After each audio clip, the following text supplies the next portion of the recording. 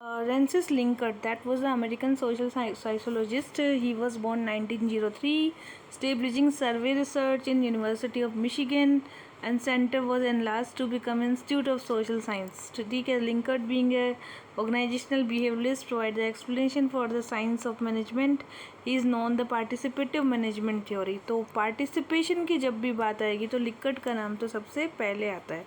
He departed from the classical theory view and provided the innovative method.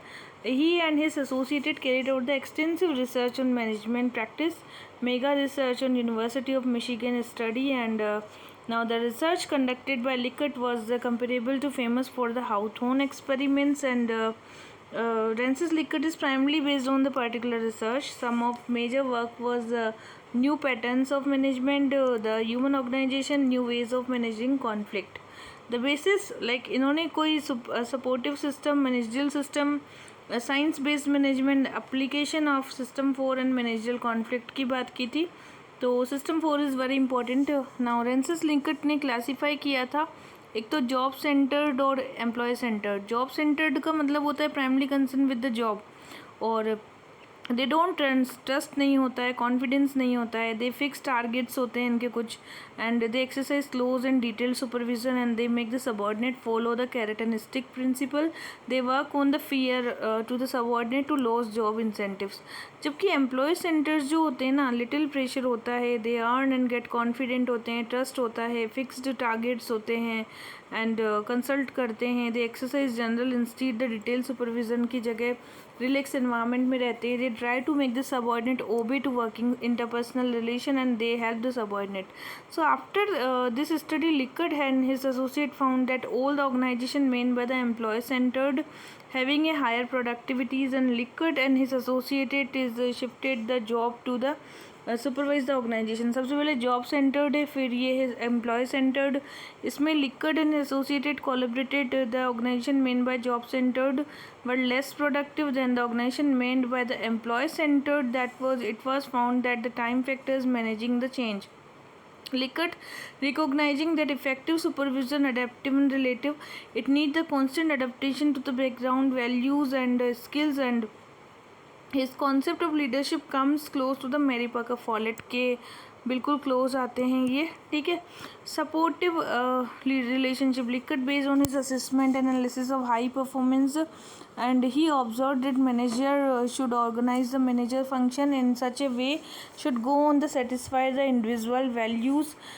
This will bring about the feeling of supportive relationships, and that was personal worth and importance. So he further internal that the managerial function should touch upon values, habits, and this gives a sense of supportive nature to environment. The employee of government of India do not usually take up the initiatives. So Likert while discussing relationship mentioned the interactive influencing system. Linking pin model था इनका, and linking pin model was given the influencing the system should strive to maximize the skill and resources, and this would be integration of the organization and the process of coordination and communication.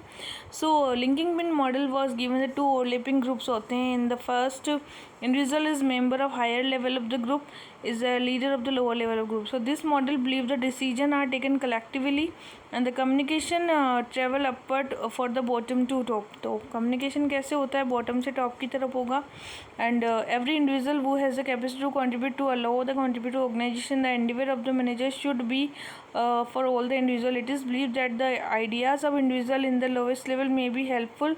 So the linking pin model is the critical for the democratic participation system. Likert had conceptualizing the four system, that was 1 2 3 4, and system 4 was the participative system. एक तो hierarchy होगी, top down approach होगा, strict rules होते हैं, centralising decision making होगी 1 में, tight supervision होता है, low degree of employ motivation होगा, superior has no trust, subordinate are considered immature and the subordinate don't have the work. Now system 4 जो होता है ना, यहाँ पे ओवरलैपिंग की जगह आप फ्लैटर की तरफ जाओगे, नंबर ऑफ हायरार्कीज में क्रॉस फंक्शनल लिंकेजेस होंगे, communication will be there, decision message, adaptive supervision, superior have trust, confidence, believe the matured willing work and high degree of motivation होता है. So the now intermediate and reveal transitory consideration, and this was the system 4. So still the subordinate but exploitative भी होते हैं ना system 2 में. So that was given the impression that whatever decision are taken are for the good of organisation and individual, दोनों के लिए good हो. And such system 3 is consultative and that was superiors consult with the subordinate while taking decisions. So that was exercise of authority is more broad based. ठीक है. ना the Likert ने देखा कि हाइपोथेसिस 1 एंड 2, देखो 1 and 2 में क्या है, हायरार्की इंपॉर्टेंट है, स्ट्रिक्ट रूल्स हैं, टारगेट्स होते हैं, वन डायरेक्शनल है, कैरेटिस्टिक पॉलिसी है, less group loyalty, lower performance होते हैं, कॉन्फ्लिक्ट ज़्यादा हो रहा है, great feelings of unreasonable behaviour, lower motivation है, lower volume, higher sale cost. Hypothesis 2 और 4 सपोर्टिव हैं, फ्लेक्सिबल हैं, participative, greater group loyalty, high performance goal, more technical, less feeling of unreasonable pressure, more favourable attitude the manager, higher motivation, higher business sale volume and cost कम हो जाएगी, high quality business हो जाएगा और higher earning हो जाएगा. So that is मतलब science based management में इन्होंने सिस्टम 1, 2 एंड 3, 4 को ऐसे करके इन्होंने समझाया. देन उसके बाद में सिस्टम 4 का कॉन्सेप्ट था, an organisation will be efficient if system 4 are the feature, then it should be gradually shifting towards the 4. One system should not be grafted but to another rather than greater change. So Likert was claimed that when the organization shift closer to system 4 there is a corresponding improvement. This to establish the ideal model, measure the organizational के क्या goals हैं, and now what are the ideal models, and sharing the ideal model to prepare the action plans, behavior, leaders and structures, and this is involved the eliminating the weaknesses, implement the action plan also. Managing conflicts. So conflict जो था, folate ने बताया था कि conflict बहुत inevitable होता है. तो conflict in organisation not inherently destructive, it may be either the destructive but definite conflict होता है. So he identified 2 type of like substantive और इफेक्टिव. तो substantive is rooted in substance and further observe the conflict need to be the resolved and it is the manner of the resolution. So sustain 2 strategies. So the substantive conflict are resolved by the win-win strategy. And Follett ने कहा था कि he observed that the manager should always work towards the avoiding affecting the conflict, resolve the substantive conflict. Okay, now next Douglas McGregor. McGregor जो थे इन्होंने scientifically social scientist थे, that was given the theory of managing the concerning human nature and contributing to theory X and Y. That was he was then emphasizing the alternative assumptions. The human side of enterprise is the professional manager. The manager does not become successful just because of the technical skill but rather the managerial skill to play the pivotal this ability manager to handle the cooperative natures. McGregor's study revolved around the few phenomena, human nature and the control the human behavior. He observed the coercive control should be replaced self-control. In this, he advocated the selective adaptation of the control. Coercive की जगह कैसा control होना चाहिए, self control होना चाहिए. And that was worker adept according to the make the worker commit to the organisation. It is manager who has the adept not the worker. It may be seem that control lies the worker but it is manager responsible make the work happen. The manager should work through the emotive requirement. McGregor organisation was like first classical जिसमें इसने x और Y के बारे में बताया था, जैसे कि लिकट ने बताया था job centreds and the employee centreds के बारे में. ठीक है. So theory X Y scalar plan. तो scalar plan was also given by the McGregor. And line and staff relationships के बारे में भी इसने बताया था. प्रोफेशनल मैनेजर के बारे में बताया था. एंड इमोटिव मैनेजर के बारे में, मैनेजिंग द कॉन्फ्लिक्ट भी बताया था. ठीक है. So this all system. Now first x जो होता है वो इनहेरेंटली डिसलाइक करता है. एवरेज डिसडायरेक्टेड होते हैं average human being. Most of average man are need the corrected and control. From the assumption it is quite evident that theory X is unidirectional, believed in top down approach and coercive control. Theory X, McGregor concluded these acts continue to influence the managerial strategy. Classical theory of organization inadequate and principle derived from the primarily for the study. The theory Y, that is average human being are inherent not dislike the work, self determining, self controlled होते हैं, और यहाँ पर punishment की ज़रूरत ही नहीं होती इनको। Commitment to the objectives and human being are under proper conditions, capacity to exercise the high degree of the creativity and imagination. So man by nature is favourably dispose toward the work and the subordinate should feel that participating taking decision and individual should have the control and this is bottom up approach. इसको bottom up approach कहते हैं। Coercive control should be replace by the self control. Theory Y advocated the cause and successes of the method. So the McGregor did not only propose theory X and Y but observed this theory and assumptions through experiments. Now scalar principle दिया था known as this MIT. This is the plan, neither a formula nor a set of procedure but philosophy of the management based on the theoretical assumptions. Scalar plan is established by the following theories. That was scalar plan is afforded valid testimony to the proposition of the use wisely. ठीक है। Line and staff के बारे में इन्होंने बताया था। This help in the improving the line and staff collaboration and utilisation of the contribution from the cosmology to reality. तो human side of enterprises also given by him and posthumously published हुआ था ये। Commitment toward the developing the profession of the management. McGregor propagated the management styles and continuously adjust the experience of reality. Rehabilitation and rational emotive manager, like इन्होंने McGregor ने deal किया था theory X और Y को। He believe that the manager X are the rational होना चाहिए, Y is the rational emotive and psychologically integrate with the work. When there is a psychological integration the identify the integrated into the organisation identity. So McGregor also raised the concern of rational and emotive manager, and while addressing emotions may become a victim, so there should be a rehabilitation of rational emotive manager to ensure the rationality. Okay, now the transactional influence, ये एक बहुत important है कि transactional influence जो दिया था ये भी इन्होंने दिया था। तो transactional influence, that is theory Y is the success in transactional influences which is the organization where there is a mutual trust. तो जहाँ पर ट्रस्ट है, जहाँ पर कॉन्फिडेंस है, that is important for this. Okay, इसके बाद में transactional influence is reflection of the Likert supportive relationship. तो लिकर्ट ने भी इसी मॉडल को दिया था और मैग्रेगर ने भी। This is the democratic participative approach where the every subordinate is allowed to the participate. Managerial conflict के बारे में इन्होंने बताया था, जैसे कि फॉलेट ने बताया था।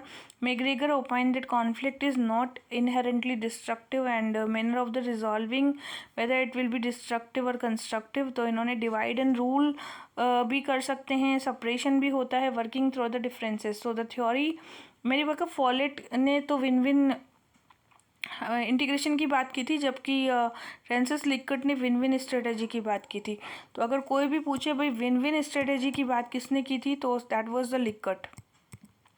ठीक है। एंड नाउ इन्होंने कहा था कि हमें प्रॉब्लम्स होती हैं and difficult to achieve the requirements such as adequate knowledge नहीं है, फ्लेक्सिबिलिटी, अकोमोडेशन या फिर म्यूचुअल ट्रस्ट, कॉन्फिडेंस की कमी होती है तब। तो इन्होंने कहा था कि ऑर्गेनाइजेशन को ट्रांजेक्शनल इन्फ्लुएंस के तहत लाइक थ्योरी वाई के अंतर्गत कुछ वर्क करना चाहिए। ट्रांजेक्शनल इन्फ्लुएंस तो लिकर्ट ने भी रिफ्लेक्शन दिया ही है इसका, एंड लाइक मैग्रेगर जो है ये ट्रांजेक्शनल इन्फ्लुएंस की बात करते हैं और ये थ्योरी वाई की सक्सेस की बात करता है। ठीक है। So that's two thinker we discussed. अब हमारे पास आती हैं आर्गरिस। तो ये जो देखो आर्गरिस जो है ना, आर्गरिस पार्टिसिपेटिव मैनेजमेंट की थ्योरी दी थी। ये हार्वर्ड में यूनिवर्सिटी में पढ़े हैं। फिर some of the important work है application of organisational sociology, management and organisation, interaction theory of the method, behavioural science, organisation and innovation, integration to the individual organisation and personality on the organisation. ठीक है। तो Argyris attempted to understand the basis favourable behaviour and classical mechanistic theory and focused upon the individual relationship with the organization, deal with the extensively conflict between individual and psychological needs. Writing suggested the personal development. So इनके basis क्या हैं? Basic of incongruence between needs and maturely personality required to the formal organisation, the problem of the individuals and the problem of the structure. ठीक है। तो the modern day organisation has a matured personal, the nature of the individual is the managerial function. So maturity वाला हो या adult infant paradigm हो या mature and immature person, this mature and immature, like immature जो होगा that is infant है और non proactive है एंड सुपरफिशियल है.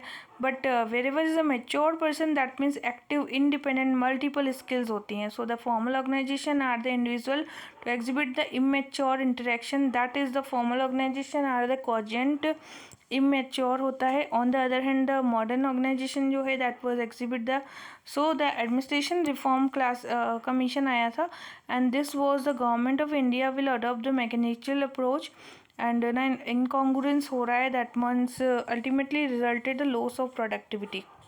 सो आर्ग्रिस ने ऑब्जर्व किया एंड फिर क्लासिकल मैकेनिकल फिलोसफी स्किल की जगह इन्होंने रूटीन एक्टिविटीज़ में एंगेज किया खुद को. देन इन्होंने कुछ थ्योरीज बताई. पहला है ऑर्गेनाइजेशन के कैसे changes, T group and sensitive training, fusion process, value system, bureaucratic paradigm, democratic humanistic. ठीक है, तो bureaucratic paradigm model 1 and democratic humanistic model 2 भी इन्हीं का ही था. फिर इन्होंने बट एक्टिविटीज़ के बारे में बताया था. कुछ नॉन रूटीन एक्टिविटीज़ भी होती हैं ऑर्गेनाइजेशन में एंड मैच्योरिटी के अंदर क्या डिफरेंसेस हैं ये सब समझाया था. फिर इन्होंने कहा था कि progression from the infancy to the maturity and the response to need of the mature individual.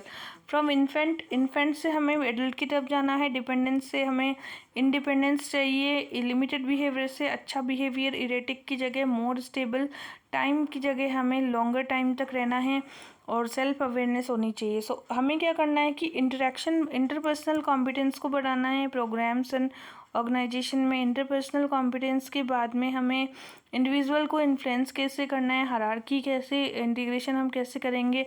ठीक है, तो इन्होंने सेल्फ एक्सेप्टेंस की बात की थी. Like confirmation, it mean that reality testing one's own self image कैसी है उनकी. ठीक है, उसके बाद में उन्होंने बोला था कि इसेंशियलिटी होनी चाहिए, क्या अपॉर्चुनिटीज़ हैं, कैसे हम उसको यूटिलाइज कर रहे हैं. Now up to accepting the responsibilities, being open for the feeling and experimenting new ideas and helping others, दूसरों को हेल्प भी करना. फिर है organisation structure of an few system. The changes must be introduced to transform the traditional and now agrees I believe to be the future will be combination of both old and new, and the old paradigm will be more effective for the routine work and जो new paradigm है ये innovative work के लिए होता है. ठीक है, less routine work and more innovative work, that is the important. ठीक है, तो आर्ग्रिस से सजेस्टेड वेरियस मिक्स स्ट्रक्चर एक होता है जिसे हम पिरामिड कहते हैं. पिरामिड में सबऑर्डिनेट सुपीरियर रिलेशनशिप. स्ट्रक्चर 2 में मॉडिफाइड फॉर्मल होता है जिसमें हम लिंकिंग पिन मॉडल भी कहते हैं, जिसको पार्टिसिपेटिव मॉडल भी कहते हैं. Structure 3 providing the according to the functional coordination and individual के पास कुछ स्पेशलाइजेशन है. Structure 4 is the matrix organisation where each individual has equal power to responsibility of unlimited opportunity. तो मैट्रिक्स ऑर्गेनाइजेशन स्ट्रक्चर 4 हो जाएगा. Now matrix structure enable to the job for job enlargement and not merely the inclusion of more operation but same level, but they expand the use of the individual for the activity. Training में हम कुछ techniques होती हैं and individual change should be introduced. So T group training दिया था इन्होंने, that was based on the Argyris improving the personal effectiveness and the modern day organisation face the perennial problems. So organisation has to adept with the changes and to adept the organisation need to train the develop the individual constantly. So the sensitivity training that was contribution to the therefore can cope with the changing environment, and that was give receive feedbacks and behavior develop awareness and self sensitivity. Fusion process was the Argyris and Bucke ने दिया था, and that was personalizing and socializing process, and it was socializing process on the other hand include the all activities and that was fusion process. And the value system that was Argyris has the two major value, bureaucratic values होती हैं, democratic humanistic values होती हैं. So this is difference between the concepts, and now individual has perception to reality reflect in his actions, and that was individual have the belief, but Argyris contradict था इनका McGregor के साथ. Reality cosmology को लेकर के इनके बीच में conflict था. तो कॉस्मोलॉजी को लेकर के किसके बीच में कॉन्फ्लिक्ट था? आर्ग्रिस एंड मैग्रेगर का. ठीक है, तो आर्ग्रिस द इंडिविजुअल में behave differently from the belief, that is the values and belief of individual may not be reflect in the action. Okay, so that was the difference. अब आ जाते हैं हम मोरल मोटिवेशन, लाइक बहुत सी चीज़ें हैं, और ये दिया था हमें एडमिनिस्ट्रेटिव बिहेवियर। मोरल किसका था, लाइक हमें पता ही है कि मास्लो का होगा। अर्ली अब्राहम मास्लो की जो थ्योरीज है इसमें एलन चैपमैन का भी कंट्रीब्यूशन है। फिर Herzberg theory, XYERG model, McClelland goal setting theory. तो ये पेपर चैप्टर 3 है, अभी हम डिस्कस